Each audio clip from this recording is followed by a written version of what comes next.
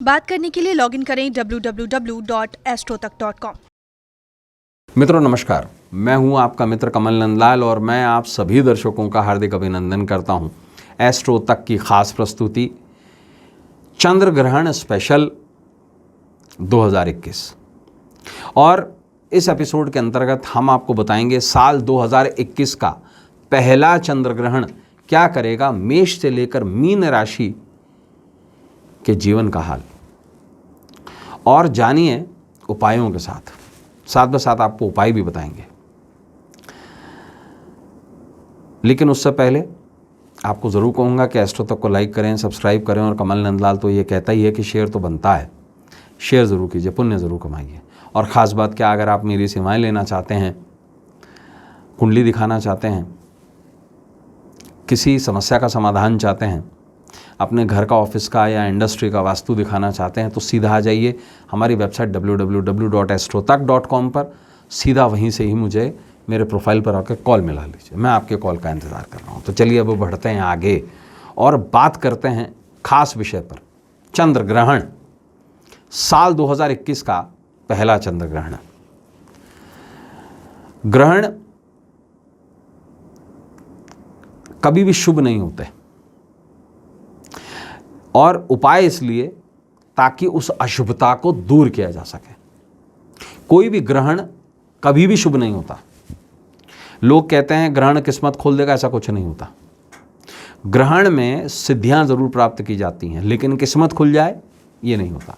ग्रहण होता है चीज़ों को, नॉलेज को ग्रहण करने का नाम। ग्रहण होता है ऑब्स्ट्रक्शन, और जब चंद्रमा की रोशनी ऑब्स्ट्रक्ट हो जाती है तो निश्चित रूप से हमारे जीवन पर और हर किसी के जीवन पर बहुत बड़ा असर पड़ता है। साल 2021 का पहला चंद्र ग्रहण बुधवार 26 मई मंगल की राशि वृश्चिक में और शनि के नक्षत्र अनुराधा में लगेगा। भारत में यह ग्रहण उपछाया और प्रछाया की तरह मान्य होगा, जबकि अन्य देशों में ये पूर्ण चंद्र ग्रहण की तरह दिखाई देगा।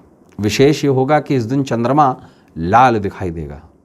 लाल जो है वो खतरे का प्रतीक है। भारत की राजधानी नई दिल्ली के रेखांश और अक्षांश के अनुसार ये ग्रहण दोपहर को 2:18 से शुरू होगा और शाम को 7:19 तक चलेगा। हालांकि ये ग्रहण सिर्फ पूर्वी और उत्तर पूर्वी भारत के कुछ क्षेत्रों में दिखाई देगा। पश्चिम बंगाल में, त्रिपुरा में, अरुणाचल में, आसाम के इधर उधर। इसके अलावा विश्व के कई ऐसे कोने हैं, जैसे ऑस्ट्रेलिया हो गया, यूएसए हो गया, चिली हो गया, इन जगहों पर दिखाई देगा। लेकिन और साथ में चाइना में भी दिखाई देगा।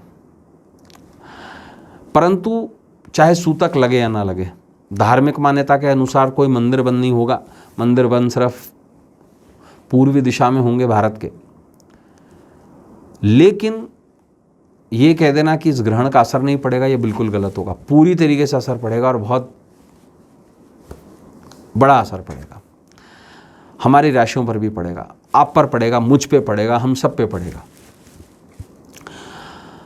और किस राशि पर क्या ग्रहण पड़ेगा, इस बारे में हम इस एपिसोड में जानते हैं। और आइए जानते हैं कि इस ग्रहण का हम सब पर क्या असर पड़ेगा। राशिफल की शुरुआत करेंगे मेष राशि के साथ में। मेष राशि वालों, देखिए आपके 8वें भाव में ग्रहण पड़ रहा है। ये जो प्रछाया चंद्र ग्रहण है ये आपके 8वें भाव में लगेगा। 8वें भाव को आयु का भाव कहते हैं, और दाम्पत्य का सुख भी इसी से देखा जाता है। इसलिए दाम्पत्य सुख में कमी आएगी। जननांगों में कोई समस्या की संभावना पैदा हो सकती है।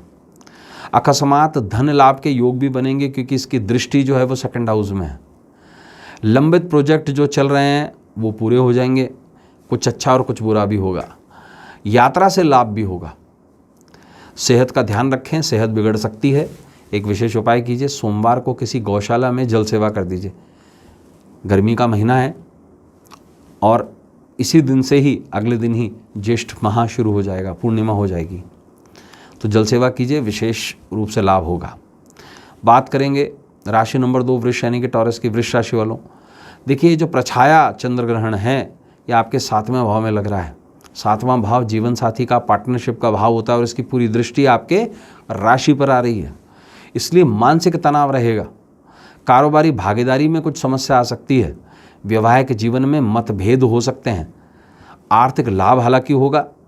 दैनिक खर्चों पर थोड़ा सा आपको नियंत्रण रखना होगा, अन्यथा बहुत ज़्यादा हो जाएंगे।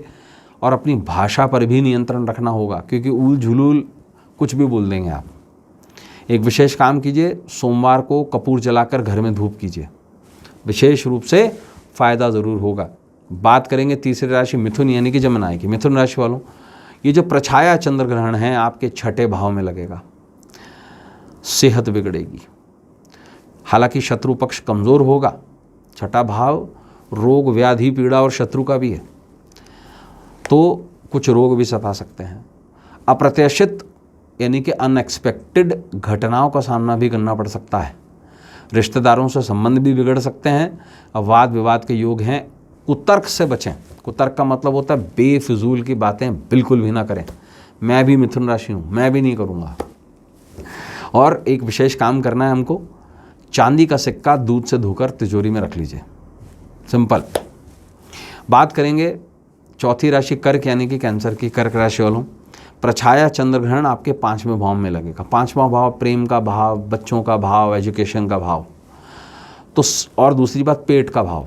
तो पेट की बीमारियों से सावधान रहना है और उल झुलूल खाने से बचना है। स्पेशली पानी के रोग बहुत ज़्यादा सताएंगे। अमीबाइसिस हो गया, उल्टी दस्त हो गई, ये रोग बहुत सताएंगे। पेट में गड़बड़ी की शिकायत रहेगी। पारिवारिक जीवन पर बुरा असर देखने को मिलेगा। व्यापार में हालांकि अच्छे रिजल्ट मिलेंगे। धन संचित करने में सफल भी रहेंगे। और एक विशेष काम करें, कुछ दिनों तक रोज़ मस्तक पर सफ़ेद चंदन से तिलक करें। बात करेंगे राशि नंबर 5 सिंह यानी कि लियो की। सिंह राशि वालों, प्रछाया चंद्र ग्रहण जो है आपके 4थे भाव में लग रहा है। माता का भाव, प्रॉपर्टी का भाव, कुटुंब का भाव, घर का भाव। देखिए, एक तो क्या होगा, प्रेमी से संबंध बिगड़ सकते हैं। माता पिता से किसी मामले पर मतभेद हो सकते हैं। करियर में समस्याओं का सामना करना पड़ सकता है, क्योंकि दृष्टि जो है पूरी की पूरी 10वें भाव पर है इसकी। नए काम की शुरुआत करेंगे, लेकिन हो सकता है वो असफल हो जाए।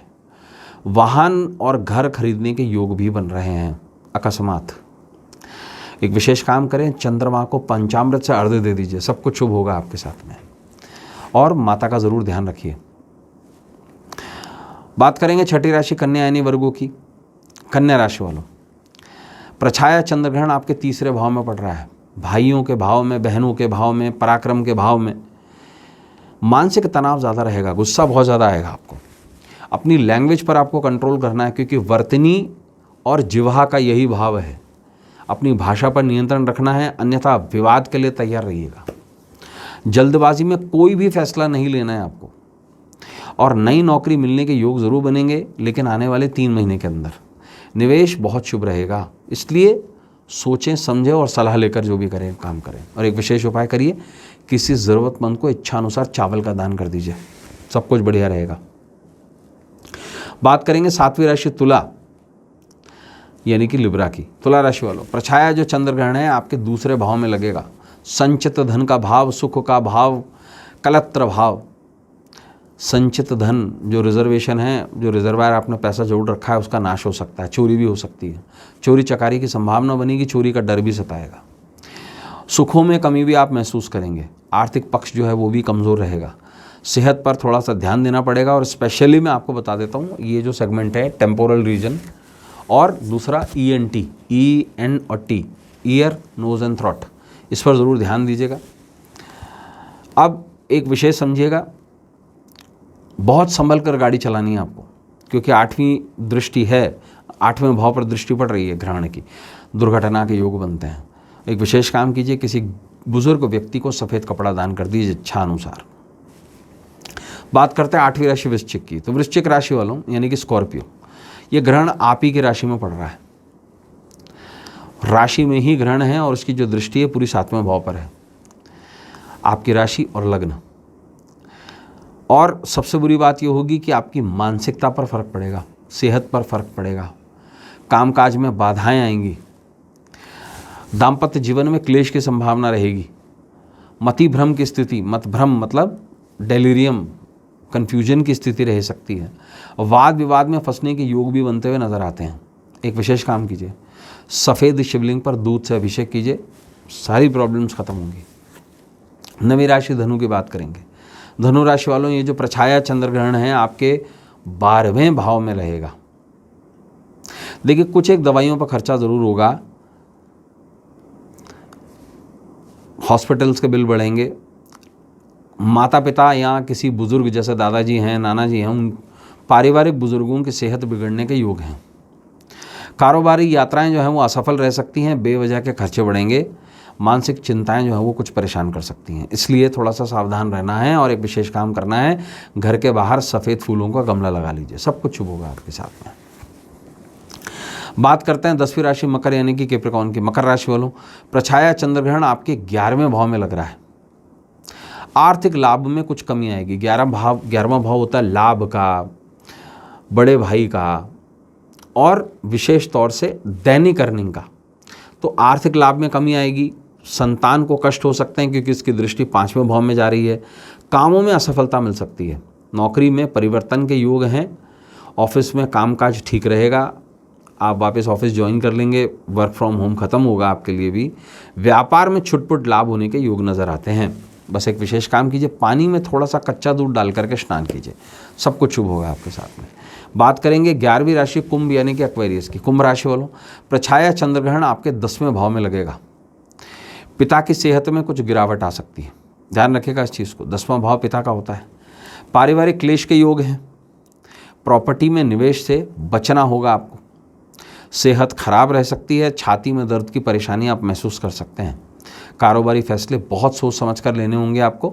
और एक विशेष काम करना होगा, कीकर यानी कि जो बबूल का पेड़ होता है उसकी जड़ में पानी चढ़ाइए, सब कुछ शुभ होगा आपके साथ में। बात करेंगे 12वीं राशि मीन यानी पाइसेस की। मीन राशि वालों, ये जो प्रछाया चंद्र ग्रहण है मीन राशि वालों, ये आपके 9वें भाव में, भाग्य भाव में लग रहा है।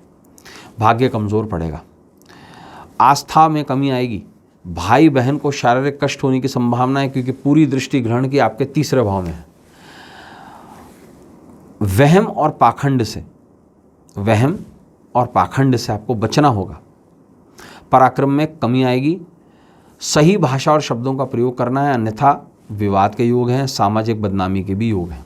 एक विशेष काम कीजिए, वो ये कि नाभि पर थोड़ा सा चंदन लगाइए, सब कुछ शुभ होगा आपके साथ में। तो मित्रों, ये था हमारा चंद्र ग्रहण का इफेक्ट मेष से लेकर मीन राशि पर। आपको उपायों के साथ में भी बताया। एक विशेष चीज़ आपको ज़रूर बताऊं, चंद्र ग्रहण का जो काल है इसका सदुपयोग मंत्रों को सिद्ध करने में किया जा सकता है। विशेष रूप से ये जो मंत्र, ये जो चंद्र ग्रहण पड़ रहा है, ये वैशाख की पूनम है, बुध की पूनम है, और विशेष तौर से इस दिन बहुत सुंदर योग बन रहे हैं, बहुत सुंदर। इस दिन विशेष रूप से कूर्म जयंती भी है, चंद्र ग्रहण भी है, वैशाख पूर्णिमा भी है और बुद्ध पूर्णिमा भी है। अगर आप किसी भी मंत्र को सिद्ध करना चाहते हैं तो उसके लिए विशेष रूप से सिर्फ स्नान कीजिए, बिना माला के, कर उंगली पे, बिना दीपक वगैरह लगाए हुए। आप, क्योंकि मंदिर तो बंद है नहीं, तो शिवलिंग पर के समक्ष आप किसी भी मंत्र को सिद्ध कर सकते हैं। 11 माला उसका जाप कीजिए, छोटा सा लघु हवन कीजिए, मंत्र सिद्ध हो जाएगा। 11 माला 21 माला, निर्भर करता है मंत्र कौन सा है। इसका लाभ उठाइए। और विशेष बात क्या है, ग्रहण में दान का, स्नान का और जाप का, इन तीनों का ही बहुत बड़ा महत्व है। कीजिए और अपने जीवन को सुंदर बनाइए। तो मित्रों, इस स्पेशल एपिसोड में इतना ही। अगली बार आपसे स्पेशल एपिसोड सीरीज़ में फिर से मुलाकात होगी। तब तक देखते रहें श्रोतक और अपने मित्र कमल नंदलाल को इजाज़त दीजिए इस उम्मीद के साथ कि हमारा आने वाला जो कल है आज से कुछ बेहतर हो। नमस्कार, नमः शिवाय।